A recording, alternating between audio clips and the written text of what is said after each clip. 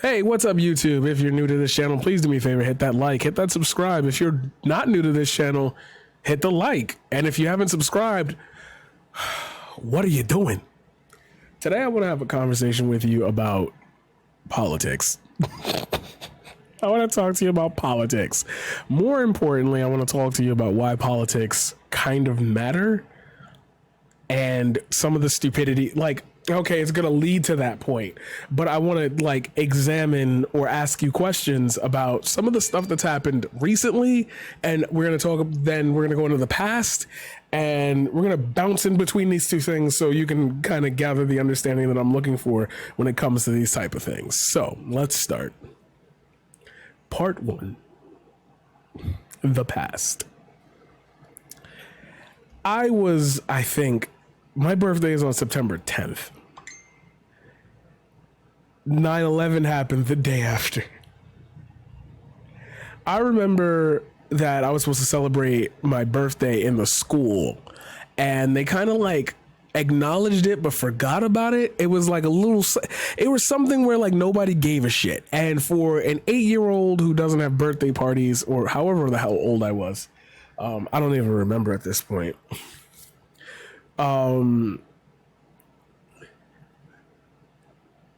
For them to forget about it really hurt me.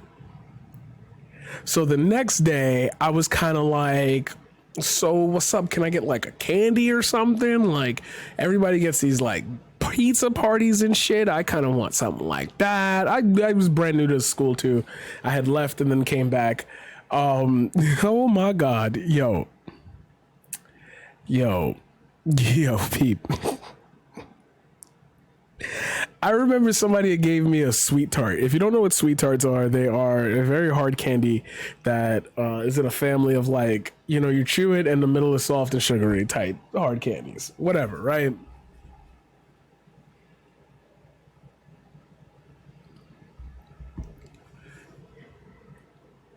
And then they rushed us out of school. And I was like, hey, yo, what happened? Why everybody panicking? Why are we going home early? I was like, I'm gonna go home and watch PBS because I didn't have any entertainment system. I feel like I had the PlayStation 1 at that time. I know I didn't get the Nintendo 64 till a little later, and then I remember the GameCube. Anyway, that's going off the point. 9/11.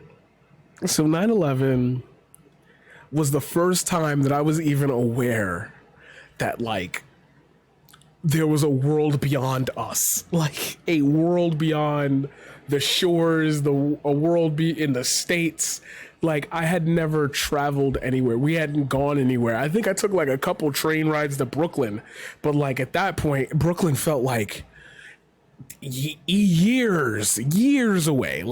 You got to take a train. Do they take you to another part of the city? I didn't know what the fuck was going on. So when I found out that it was a terrorist attack, I was like, damn. I remember as a kid, I was like, damn, that sucks. I'm gonna go watch TV though. My dad was kind of, oh shit, I can't believe that happened type thing. But there was no rebounding echo feeling. There was no hardcore, oh my God, that happened. It's really weird to me that I felt like I knew the face of who done it before I knew why it happened. And looking back on it, I always think to myself, wow, that was the first piece of US propaganda that was enshrined in how I was supposed to grow up. Because that was during the time where you would say the Pledge of Allegiance every morning. I found it weird to say that. I thought I either found it boring or I found it it was something stupid to memorize. I pledge allegiance to the flag of the United States of America. It felt so not in nature. It felt like we were being forced to do it because there was a reason behind it. And that definitely obviously only increased after 9/11. If I could gather those feelings that I knew that somebody had done something bad to us, it reminds me that at some point in time, like I would watch NBC, and before Fear Factor came on, they used to have like little news segments. And I remember very distinctively George Bush. I remember George Bush and Rudy Giuliani like being everyone's kind of agreeing to the way that they're handling things.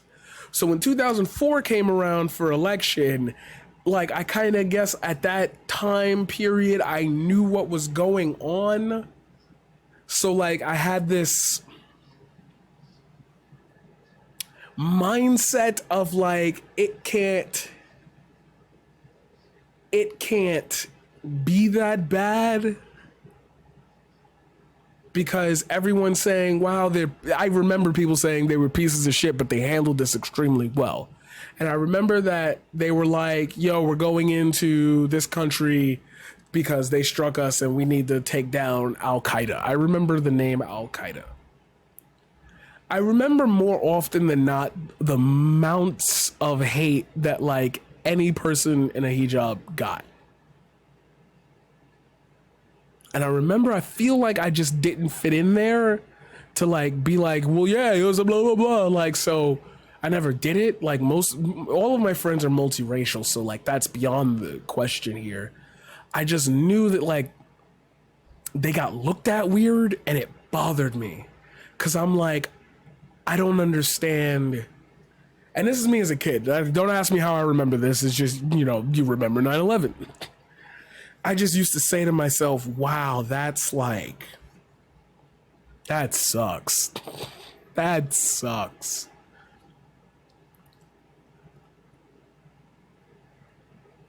It's weird because like there was nowhere in my neighborhood, in my school, anywhere where anybody discussed that. I remember teachers would say that like Muslims attacked the United States. That right there was weird to me to hear because I didn't know how to identify people beyond like their name. And it's really striking to me because I didn't associate Muslim with the hijab. I didn't associate brown people as like, I just thought of it. I had that like everybody's everybody as a kid. Because obviously as a kid, you're going to have this. And this is leading to a point about, not critical race theory, but almost like the formation of child thought. If there were more resources that would have been able to explain like how to be kinder to people and what might have been going on and how you as a young kid could like maybe change the conversation. I'm not talking about like super detailed books, but like just a discussion on how it made you feel. We didn't get none of that. So it wasn't in my nature to produce the hate that I was seeing like on the street because I didn't get why they were doing it. If I had some type of resource when I was a kid or somebody to even explain that there are different types of people, there are different religions, there are different like cultures, like you could see where this is going. But for those of you who can't, I'm gonna spell it out for you because we're almost at the end of part 1. As time progressed, the division happened because people weren't educated enough regardless. So come middle school, come high school, while people were cool, they meshed into groups based on the treatment they were getting from other groups. That's when I started really thinking about, why is there an Asian table at my high school? Oh, I used to think it's because, you know, they all come from the same background. They know each other, you know, blah, blah, blah. They're more familiar. A lot of them went to school together in different schools, blah, blah, blah. They all came here, whatever. No. That wasn't it. That's a part of it, but it's a smaller part of it. Because now that I look back on it, wow, we used to make certain jokes based on people's race.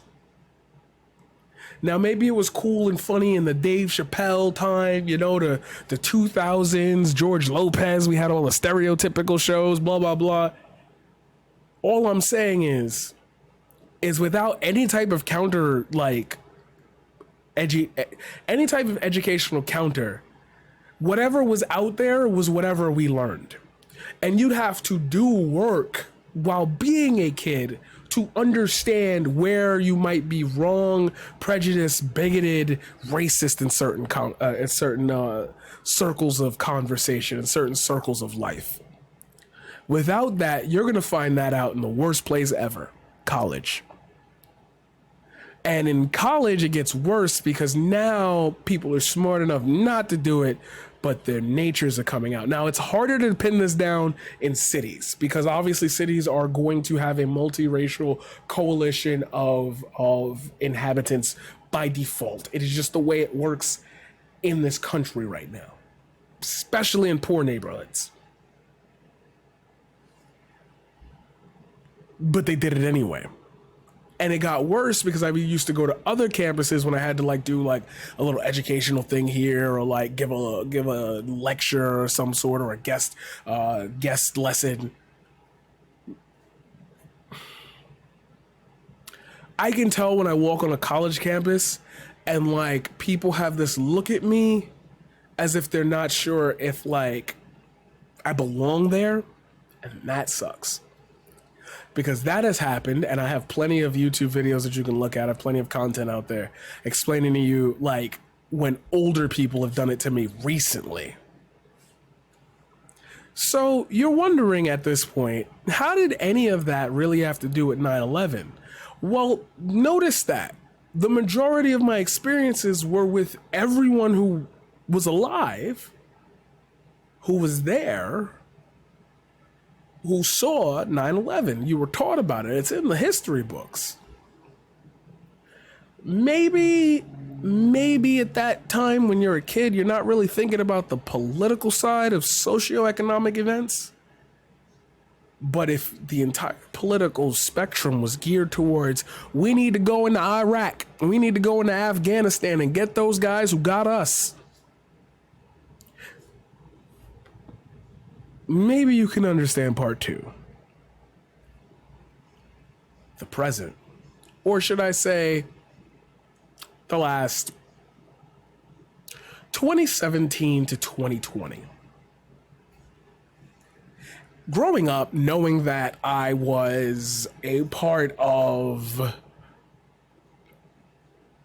a generation that kind of knew that something was wrong with the status quo, but we were still kind of in that asleep mode of college is the right way out, and you gotta follow high school, and you gotta do this, and you gotta do that, and you gotta make yourself feel some type of way. Yeah, I know. I get it. I feel it. Some of us were kind of like, you could do something different and make money. This lends itself to a problem. When you think of the internet, what do you think of? If you're on YouTube right now, you should answer that question in the comments down below. When I think of the internet, I think of ijji.com. I think it was .com. So, MMO website. MMO game website. I think of Combat Arms. I was there when YouTube launched. I was one of YouTube's first partners. Shit you don't know about me. Now, I didn't think there was money to be made or anything, so I didn't really make content on the existence of building a brand, especially with the name that I had, like, on YouTube. Like, I was uploading videos as that name, and now that I think about it, maybe I should have, like, shuffled them off. But I keep it there because it's like, that's an honest point of my growth. I will never try to hide that or say, it's nothing bad, guys. It's something immature that kids fucking do. And we watched it on stream before, and maybe I'll link it down below. I don't know. However, I do remember that I was there for the rise of the internet. I was there when AOL discs existed. Most of us were. Here's a problem. If I can remember the invention of something, that means that odds on it is too fucking young. too young. YouTube started officially in 2005. It didn't pick up steam until 2006. 2007 was right around the time that Philip DeFranco started his brand. The internet sound. Good point. If the internet is this young, younger than most of us, if the swath of the top 1% of websites, because if you guys don't know, service websites make up 1% of 99% of almost all traffic on the internet, but it's only 1% of the internet that's actually ever looked at, the HTTP or the www websites. There are other browsers. The web past the 1% is a crazy place. Anything can happen there. From the selling of drugs all the way to the selling of human body parts. That area is usually where you'll find the origins of the worst videos we used to watch as kids. I still remember people linking around beheading videos, it was cool. See, when you get a new thing, there's no, and we call this people call this the legislative or the regulatory period of something. You probably know about it as the probationary period of something, like when you get your learner's permit or your driver's license. The probationary period is to put you in a fear mindset of not doing something stupid the moment you're granted something. Probation. You make a mistake at work, you're on probation for 6 months. If it happens again in that 6 months, if somehow you end up in that same situation, the punishment will be harsher because this is your warning. The internet had no probationary period. You can do the research yourself, and when I say research, it doesn't take long to see a long list of what the internet used to be. It was just forum boards at one point, then HTML became a coding device. We could go through it. What I don't get is how no one saw that coming. Because remember, YouTube didn't have strict community guidelines until it got really, really bad, to a point where there was porn on YouTube. You could do this. They had to crack down on that. There was money to be made. All the other file sharing websites were starting to die out because you could collectively look for stuff on YouTube. The ability to download was the strongest thing at the time, so YouTube was falling out of favor with a lot of people until they were getting so much traffic, you might as well just go look it up on YouTube. You want to listen to a song? YouTube. There was barely any streaming. You had to get files to put them on your iPod. Then the iPod Touch came out and all that other stuff. So I'm telling you why the internet's so young. I'm telling you why the internet should have some type of regulatory way of figuring out how to manage the top 1% of... Damn it. The top 1% of all websites. The free speech restrictions you think are happening, it's really strange as you say that, because there are millions of websites in which none of that shit exists. None of that shit exists. The regulatory practices that you're seeing being brought down by Twitter, Facebook, YouTube, they're such a small, I'm talking a literal pin in the middle of the ocean, a grain of sand in the Atlantic Ocean compared to what exists out there. Part 2 of part 2. Explaining the internet is one thing. What does that have to do with politics? Well, and if you haven't figured this out yet, I'm very surprised. Hey, question for you. If there are no regulatory practices on the internet and it's just a place where everyone can exchange free ideas, do you see where there might be a loophole for like some really bad faith actors to get in on that?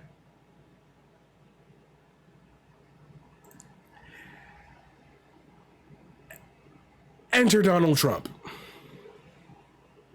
Enter Donald Trump. What I kind of forget about a lot is that I went through the Call of Duty phase. I was on Modern Warfare 2. Surprisingly, I got a hacked copy. You know, I was doing that thing back then. Then I got on Modern Warfare 3, and I got that on the Xbox 360, so I don't want to hear nothing from nobody.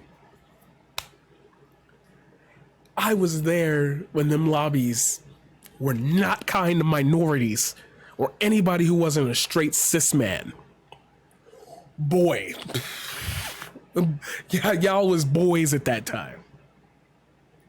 And there was something about the hate spewing in that community that made me recognize another place that to this day I still can't fathom was one of the top places to be. 4chan. When you think of Reddit, do you think of it as a place where Nazis gather? Well, 4chan was that place. And 4chan splinter like baby 8chan is a beast that we'll get to at some point in the future.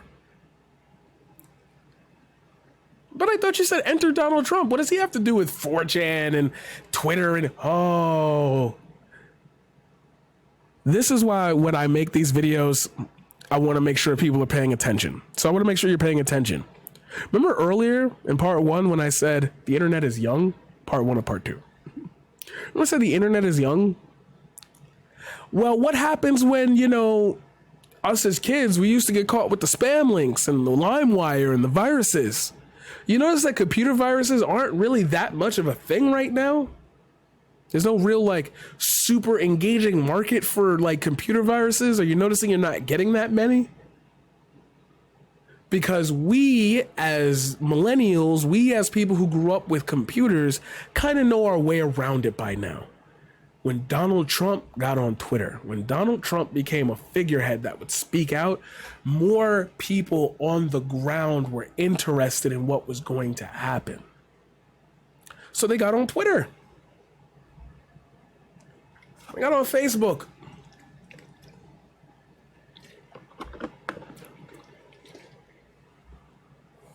But wait, if I was alive and I've been on computers and the internet since its mainstream ascension,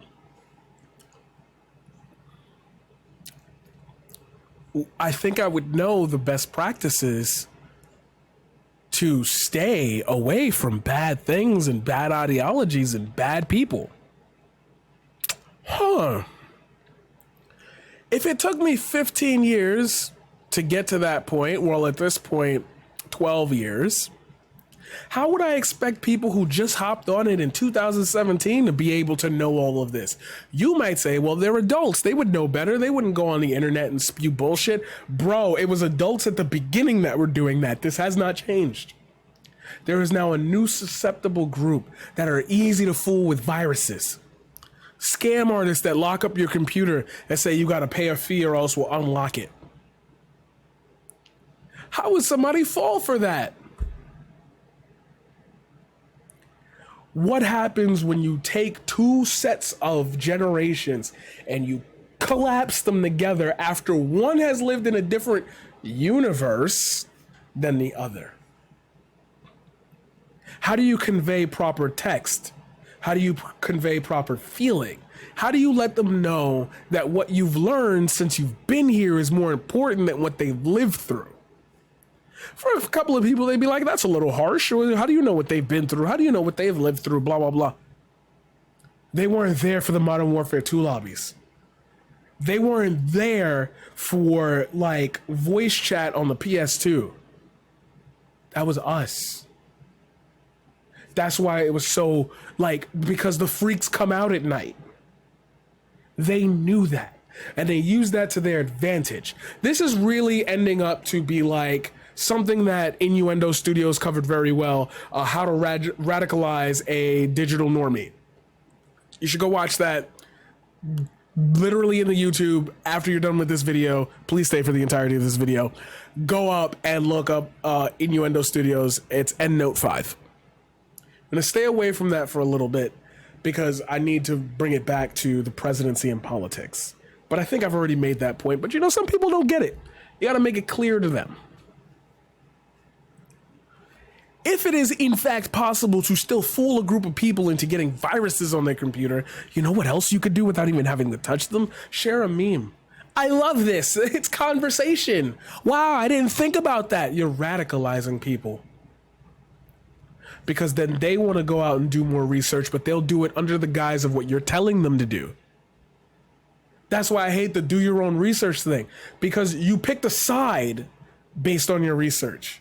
Now you're hearing new information and you're still picking that side. So your research didn't tell you anything. It confirmed your biases. Uh-oh. If they don't get it, and the president existed before and through it, but was so far removed because of their age, if they don't get it, imagine him. Now, we know what Trump has tweeted a long time ago was absolute bullshit. We know what he said at his rallies was bullshit. We've learned about the people. One of his people was part of Gamergate. And that's why I don't want to have that conversation about radicalization right now, because Innuendo Studios did it way better than I ever could do it justice in this format right now. If all of this is true, how do you collectively put the two generations together and not have them clash? We know more about the world because we literally were exposed to it without having to leave our house. Oh, bro, I use this word. Oh, there's a brown person. They don't like that word. Well, why don't they? Well, do your research on it. Oh, I went up and looked. That's really a negative connotation for those people. Go back into the chat room, bro. I'm really sorry. I didn't mean to do that. Most people don't do that. Some people did. So our generation has a mix of experiences unique to our generation. We were the first to intermingle. We were the first to explore the world without ever touching anything. I used to say all the time. I'll tell you a quick story. My very first online relationship was with a girl from Florida. Different moves down there. Like that alone is crazy to me. So what does this have to do with Donald Trump? What does it have to do with politics? Go back to part 1. And that's why I want to make sure you're paying attention. No, there is not a script here. I just have little notes that I make. That's part of part 1. Because there was no education beforehand to teach me that some of these things were wrong, you accidentally enhanced the culture by not saying anything against it. And since all of us didn't know what the fuck was going on because the internet had no regulatory practices, people got radicalized through the internet because nothing that would exist there if there wasn't a purpose for it. And people, especially trolls and right-wingers and alt-right, really nasty people, I'm talking child predators, I'm talking rapists, I'm talking all that shit, they all knew that. That's why To Catch a Predator was such a insane thing. Where were they chatting at? Chat rooms. Catch unsuspecting people. It was a warning shot. And nobody could do anything about it. And again, this is from Innuendo Studios. I'm sorry for copying it. But the police, authority figures, why don't you just turn off your computer? As if the threat exists in here and not in the real world. Authority figures, politicians hadn't figured out that the world was blending. That's why I hate when people say Twitter is not real life. That is true. We're not going off of that. Social media is not real life, but problems from there can carry on outside. And if you can gather a strong enough movement on the internet, it will relay itself out in the real world. And nobody capitalized on that better than the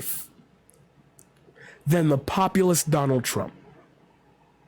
So at this point in my life, I realized that politics had been driving my life long before I could ever have control of it, because people were viewing other people based on political decisions that other people were making, while not understanding that the world was actually evolving past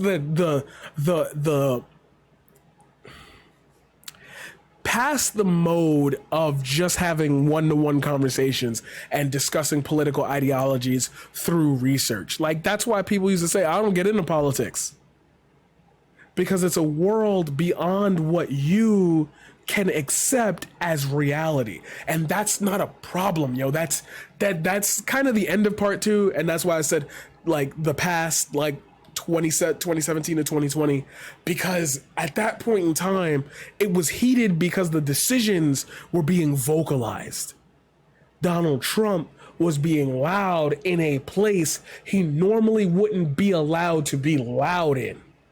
So now, no matter what you wanted to do, you also had to encounter that side of things. Certain decisions, certain likes and dislikes were politicized, not because we wanted them to be, but because the politicians were now echoing personal sentiments out loud. There was a petty fest going on. There were people saying this and people disliking that. You couldn't focus on the issues because the issues had become your social norm. Wow.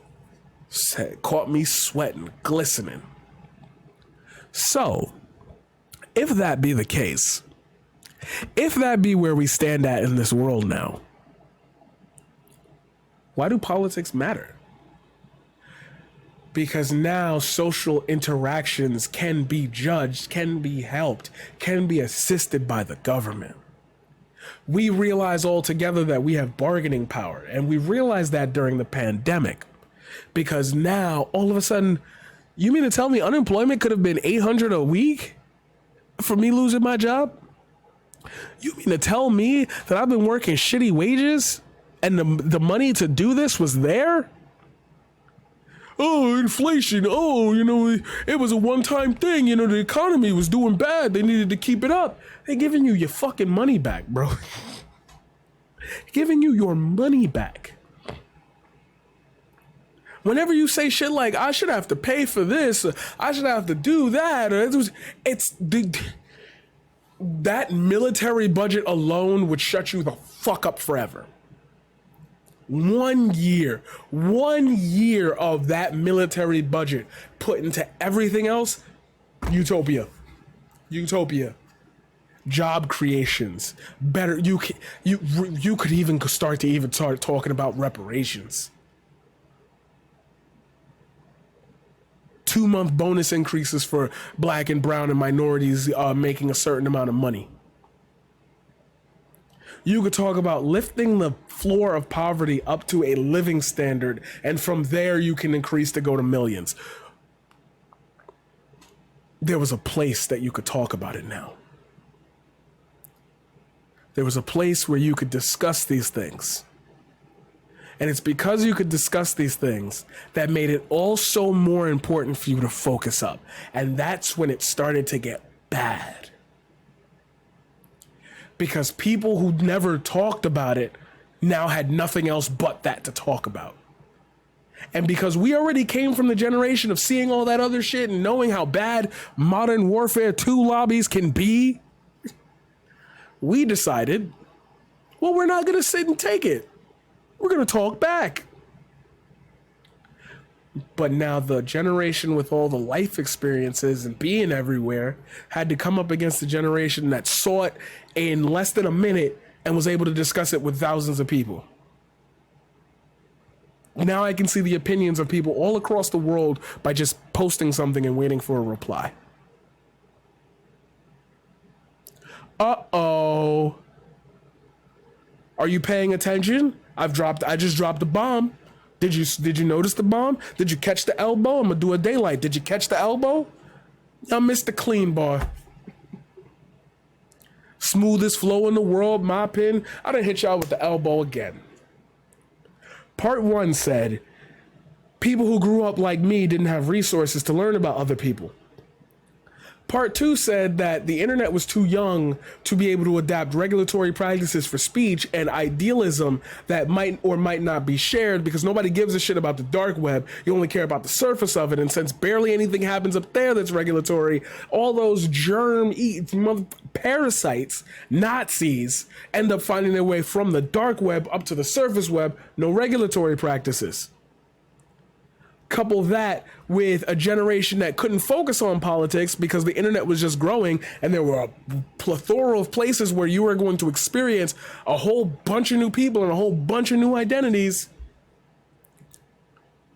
Couple that with a bunch of people for the first time ever communicating with you when they've never done it before and they've never left their house. So everybody who they meet talks to them a certain way and thinks a certain way because they live in those communities that are so secluded.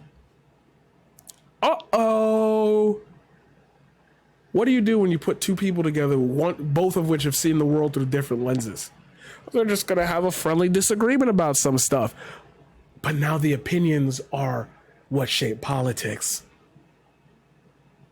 Now you can see what people are doing and what people are feeling about the decisions they make. It's in your face now. It's on the trending page. People are talking about it. It's a hot topic. Uh-oh. So some people ask me, so put part 1 and 2 together. What's the conclusion? Well, if you took all of that and you threw a president who lived in the past against an entire generation that lived in the future, and then you had a rally command around that guy from the past with people who like things from the past, knowing damn well we have enough information to look at and view those things and say that they were bad, and you have a swath of people who agree with it and a swath of people who are educated who don't agree with it, what might happen if you have two very hotly contested sides in a country where the only reason why the people on the other side haven't gotten what they want is because people on the other side are denying it for reasons that you know do not exist and are easily disprovable by the same facet of the thing that is young enough for all of us to be on? Oh, now we get it. So is Donald Trump a bad president? By default, literally by default, because his populism existed in a place where everything he said could be thrown out.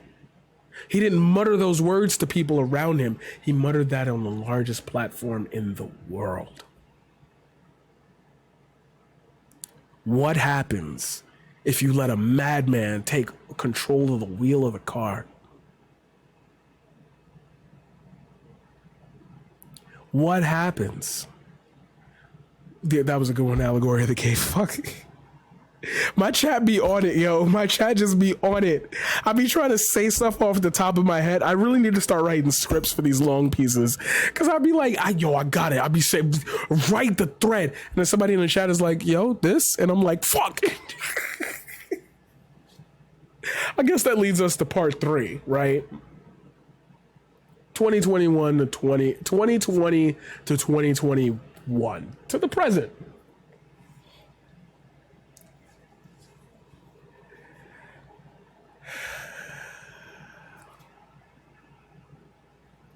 What happens now that infighting exists everywhere? How do we all get on the same page? How do we all decipher everything that's happening? Who's right? Who's wrong? Who's commenting different stuff? Who's making this? Who's doing that? Who's woo? Slow down. You weren't listening, were you? Things that can be done to solve these issues are not the point of this video. The point of this video is to explain to you why we got here and why you should care. So you have a generation that has faced 9/11, a global financial crisis number 1, a global pandemic, and a global financial crisis number 2. Throughout all 4 of those happening within decades of each other, within years of each other. This is all 2 decades. 2001 was 9/11. 2021, we're in a pandemic. So for 20 years, nobody in this generation has seen any modicum of happiness. By default, by the way, it never got better until it got worse. Couple that with people who were living during segregation, the war on drugs, the hell, you know what? I'm even willing to say, hold on, let me look this up real quick.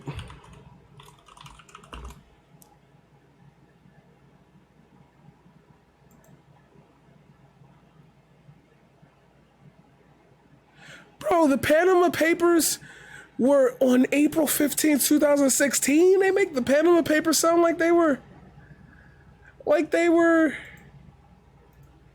like in 2003, 19 something. Oh my God.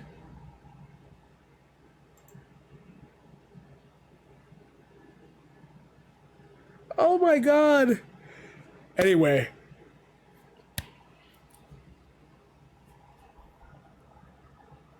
Sorry, this is the hard part. This is the hard part. What on earth are we gonna do about the radicalization of a digital army that can get angry about pretty much anything that they're told to get angry about? How do you take both of those generations that have lived through all of these things and tell them that they're all not fighting a common enemy? They're fighting each other. This is why you should care about politics. Because your common enemy is using the political veil to push an alt-right narrative that will eventually split the country in two. No matter how you think people think, remember that we got to the January 6th insurrection through 4chan. And I feel like no one says this as much as they should. And I hate being the doomer, gloomer guy. I hate because my production value be on point. I could be playing video games on here. I could be doing whatever. But I'm just trying to like blink this into existence. Did we really almost have a civil war over something posted on 4chan? Maybe we should have regulatory practices on the internet.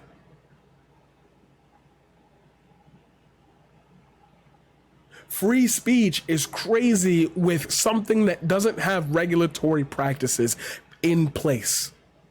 Oh, Twitter has a TOS that's not stopping. None of this is stopped, and these people are able to dodge criticism, which is why they put most of their opinions on those websites. I posted it up, who gives a shit? The more engagement, the more people who watch my show to see me respond to them. That's not a problem. It's a 45-minute video so far. That's not a problem. That's not a problem. So now it's gotten to a point where I need to make the point. So let's go all the way back to the beginning. Why should you care about politics? Why did I end up caring about politics? That was the point of the video. Because the political diaspora of all thought makes zero sense to me. For the leftists, you want Medicare for all? How does that work? How does it work? Do you know the inner workings of how to disarm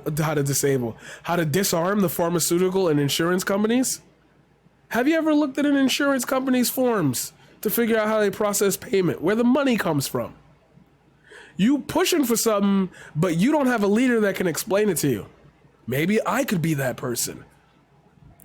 Small side note, that's exactly what I'm trying to do. I'm trying to be that person. So if you haven't been paying attention thus far, okay, now you know my goals is to take over the world and make peace on earth. I should have done it like that, but anyway. You want to stop qualified immunity.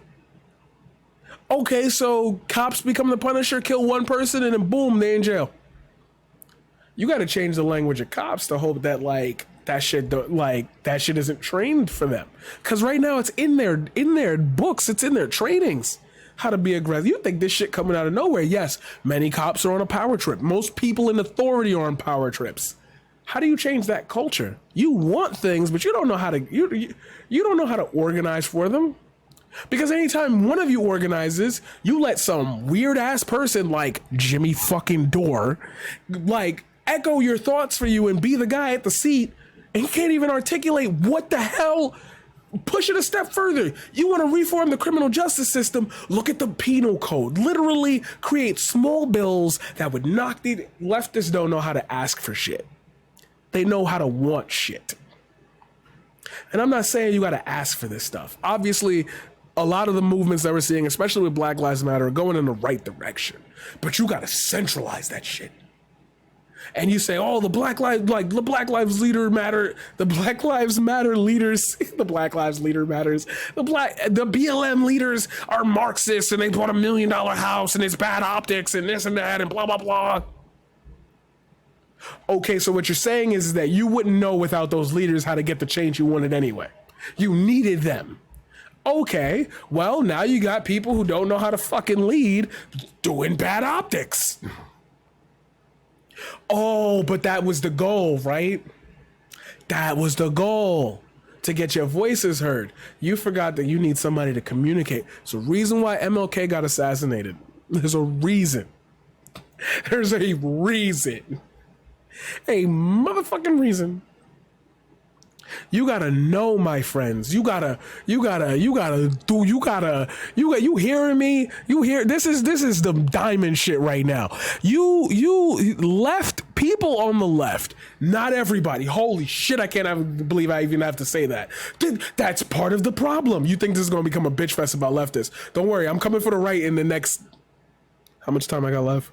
About, I would say 3 minutes. People on the left just say shit. Those fringe actors, those extremists on both sides of the aisle, for leftists, it's wild because I feel like you take what's being said and you apply it everywhere. Places where it shouldn't be. Somebody make a joke, that's ableist, stop it. You haven't been on the internet long enough. Now, does internet culture need to succumb to the idea of being more kind to other people? In a lot of forms, yes. Just straight out, yes. Does it need to happen everywhere? No. Freedom of speech, remember? This is how far you keep pushing it when you keep telling people you can't say this or that. Which drops me into the whole idea of like cancel culture and people just wilding on the internet because somebody said something dumb. Like the baby situation, boozy situation, those are bigoted ideas. Those are terrible ideas that hurt a community that is now vocal in society. Don't do that. Don't do that. However, maybe you shouldn't stick your face in every single situation that comes up. Maybe you shouldn't espouse leftist values every time you try to talk to somebody who has a differing opinion. Maybe you don't listen as much as you think you do because you understand where that conversation is headed and you try to cut them off at the pass. If you want to prove to other people who are on the fence that the alt-right is nuts, you have to let them talk themselves into it. Because they'll always, the point of their conversations with you, and this is why it's heading towards, oh wow, I'm on point, on the time point. This is why the conversations that people on the right or centrists or people who don't understand what's going on in the world have such an issue when you try to speak to them is because part 3, part 2. The alt-right is not attempting to have a rational discourse with you. And the more you pretend that they are, is the more you validate their ideas. I put it like this. I'm sure there's a fucking thing out here for that already. But I think about it like this.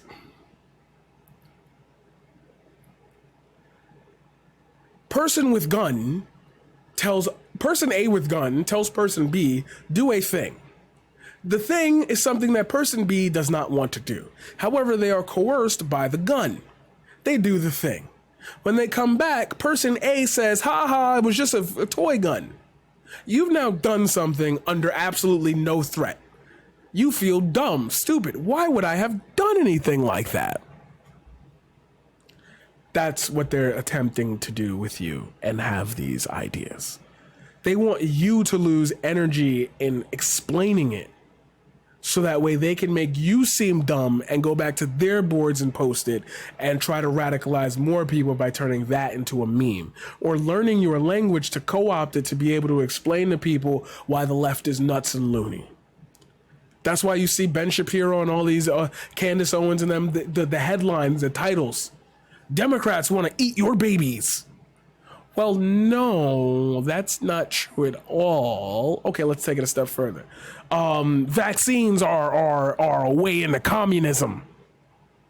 Well, that's not true, but like, I guess I could see where you warped that entire sentence or thing you're covering to get to that point, but that's not the goal at all. See, you weaken your stance to figure out where they are coming from. And that in lies the radicalization of the alt-right using the internet. Again, Innuendo Studios has a beautiful I Hate Mondays, How to Radicalize a Normie. It's all there. It's all that. Like, it's all, like, he does a way better job. I'm skimming through that to make this point and the point of this video. You've now heard about the past, the present, the past, the near past, and the present. The way to effectively stop all of this, the way to calm it all down, and I'm sorry it has to be this way, and I'm sorry I'm the guy who's professing this ideology, some people need to not have access to the internet for certain things. Sorry. But the fact that Mein Kampf could be a joke on a website and a whole ton of Nazis, neo-Nazis can all find it and talk about it and like organize, problem.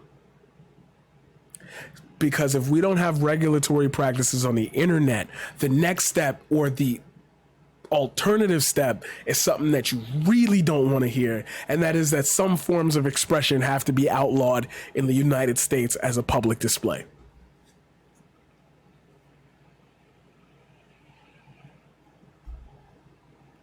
Uh-oh, brother, that's authoritarianism. We can't have that. You right, we can't. But do you see where they almost walk you into being forced to say it? Now, as a leftist, you'd be saying to me, well, you shouldn't be advocating for that type of thing. You know, people might get the wrong idea. That's the point.